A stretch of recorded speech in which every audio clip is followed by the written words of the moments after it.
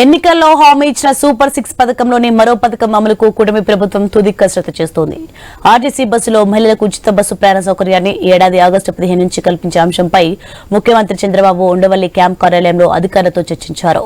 పథకం అమలుతో పెరిగే ఆక్యుపెన్సీకి తగ్గట్టు బస్సుల సంఖ్య పెంచేలా చర్యలు తీసుకోవాలని, ఇందుకు కొత్త బస్సులు కొనడం గానీ, అవసరమైతే అద్దెకు తీసుకోవడం గానీ చేయాలని సీఎం సూచించారు.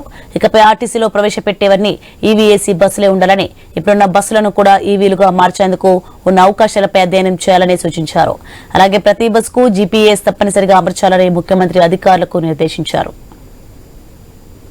ఇక రాష్ట్రంలో ఆర్థికంగా ఇబ్బందికర పరిస్థితులు ఉన్నప్పటికీ ప్రజలకు ఇచ్చిన హామీలు నిలబెట్టుకోవాల్సిన అవసరం ఉందని, అదే సమయంలో ప్రజాధనం సద్వినియోగం కావాలన్నారు. ఆర్థిక కష్టాలను అధిగమించాలంటే ఆర్టీసీ ఆదాయ మార్గాలను పెంచుకోవాలని ముఖ్యమంత్రి సూచించారు. ఖర్చు ఎలా తగ్గించుకోవాలి, ఇతర మార్గాల ద్వారా ఆదాయాలను ఎలా పొందాలనే దానిపై దృష్టి పెట్టాలన్నారు. ఆర్టీసీనే పవర్ జనరేట్ చేసి ఈవీ బస్సులు వినియోగించుకోగలిగితే ఎంత మేర మెయింటెనెన్స్ కాస్ట్ తగ్గుతుందనేది అంచనా వేయాలన్నారు సీఎం. దీనిపై పూర్తి స్థాయిలో కసరత్తు జరగాలని సూచించారు. ఆయన కొత్త పథకం అమలుకు అదనంగా మరో 2,536 బస్సులు అవసరమని అధికారులు లెక్కలు తేల్చారు. దీనికి 996 కోట్ల వ్యయం కానుందని భావిస్తున్నారు.